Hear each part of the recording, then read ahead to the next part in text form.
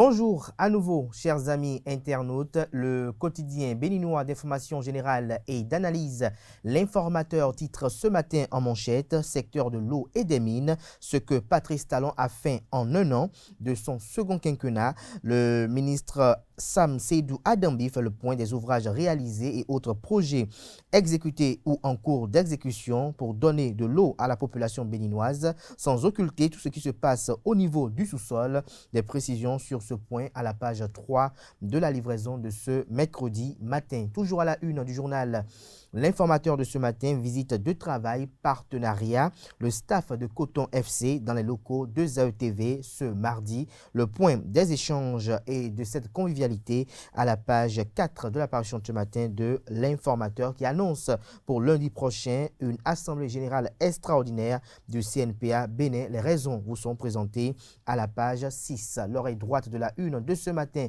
de l'informateur, comme à chaque parution, vous invite à découvrir dans les colonnes de sa parution les productions journalistiques réalisées par les étudiants en formation de journalisme à l'École supérieure d'administration d'économie de journalisme et des métiers de l'audiovisuel ESAE.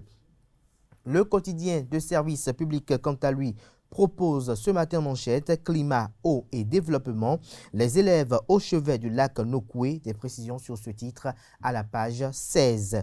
Toujours à la une du journal La Nation de ce matin, financement de la zone économique de Glodjigbe du Procer 2, la Banque Ouest Africaine de Développement BOAD signe 2 accords avec le gouvernement. Des détails sur ces accords à la page 5. À retrouver à la page 11 de la parution de ce matin de La Nation, les ambitions de Stache Cotingan à la tête du patronat béninois.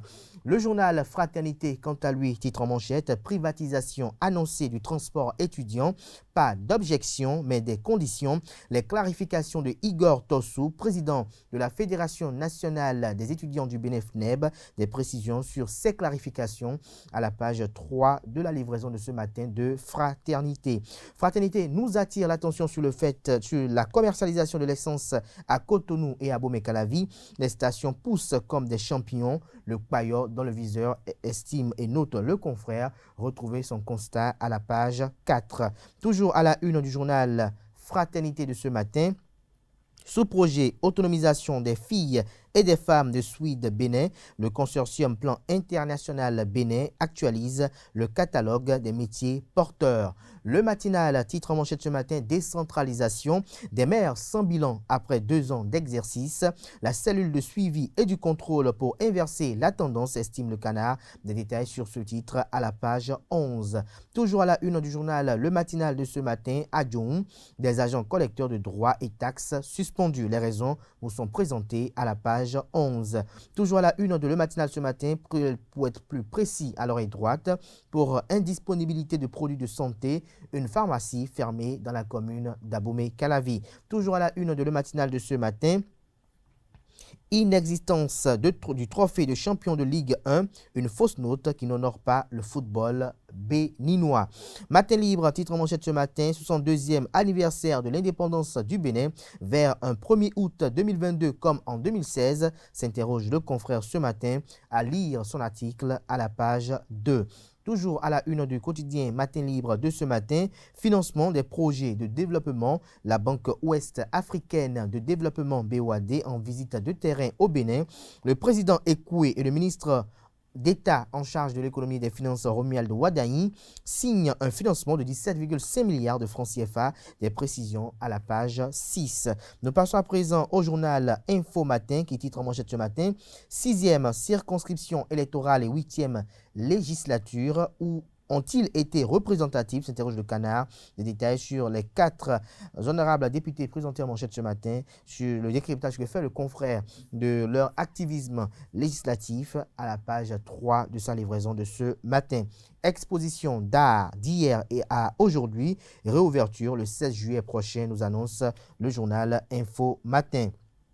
Le Béninois libéré, titre manchette ce matin, raison de la démission de Nyekpo et de Arwandinou du Mouel Bénin. Entendez, mouvement des élites engagées pour l'émancipation du Bénin.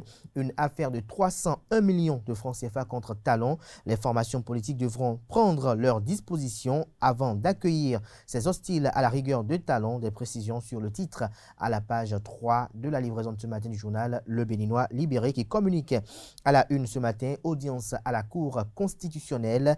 Joseph Djogbenou reçoit Marc Schmiz de l'UIHJ. Des précisions sur cette audience et les échanges à la page 8 de l'apparition ce matin du journal qui nous informe que pour usurpation du titre du procureur de la Cour de répression des infractions économiques et du terrorisme criette, 2 personnes écopent de 5 ans de prison.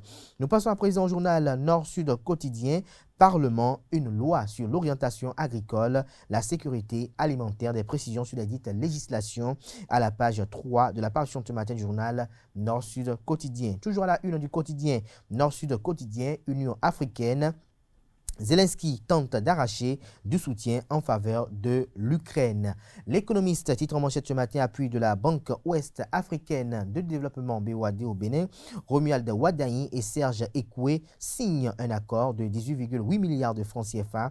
Des précisions sur ce partenariat, pour ne pas dire cette signature d'accord, à la page 3 de l'apparition ce matin du journal, qui propose également comme titre ce matin à la une, zone côtière, table ronde de l'Union européenne à Lomé, entre acteurs culturels du Bénin, du Ghana et du Togo. Des précisions sur ce titre à la page 10 de l'apparition ce matin du journal L'Économiste. Nous passons à présent à Le Grand Regard qui titre ce matin en manchette. Tutelle apaisée dans le département du littoral. Alain Orla retrouve ses marques de préfet, estime le confrère, après avoir été sèchement recadré par le ministre de la Décentralisation suite à des décisions qui suscitaient de vives polémiques à Cotonou. Le préfet du département du littoral, Alain Orunla, retrouve progressivement ses marques. Contrairement à ses premiers jours à la tête de la préfecture de Cotonou, où il pressentait l'allure d'un gendarme qui voulait instaurer un nouvel ordre dans la capitale économique du Bénin, l'autorité préfectorale se montre de plus en plus pondérée et très mesurée dans ses faits et gestes, ce qui garantit désormais une tutelle apaisée dans ce département qui représente le Bénin en miniature. Toujours à la une du journal Le Grand Regard de ce matin, 5e mandature du bureau du Conseil national du patronat du Bénin, Eustache Cotingan annonce le renouveau du secteur privé. Toujours à la une du journal Le Grand Regard de ce matin, démocratisation de la fabrication du vaccin Covid. Boniaï voit l'Afrique au cœur d'un marché de dupes. Le Télégramme titre ce matin en manchette, secteur agricole au Bénin, adoption de la loi sur la sécurité alimentaire et nutritionnelle. Des précisions sur ces législations adopté et voté hier au Parlement à la page 12 de la parution ce matin du journal Le Télégramme qui propose également comme titre à la une ce matin célébration de la journée mondiale des réfugiés. Le ministre Alassane Seydou promet la protection de l'État à tous les réfugiés. Le Bénin compte 1778 réfugiés et 586 demandeurs d'asile. Toujours à la une du journal Le Télégramme de ce matin, affaire vol de 17 millions de francs CFA à la brigade économique et financière BEF. 10 ans de prison requis contre la fonctionnaire de police. Le dossier est renvoyé au 18 juillet prochain.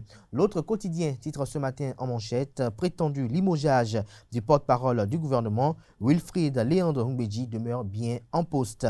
Nous passons à présent au quotidien d'Abarou qui titre ce matin à la une, réalisation des infrastructures routières sous le président Patrice Talon, Kouandé, Kérou, Peonko, Sinandé, Kalale, Karimama devront encore humer la poussière pour longtemps, estime le journal.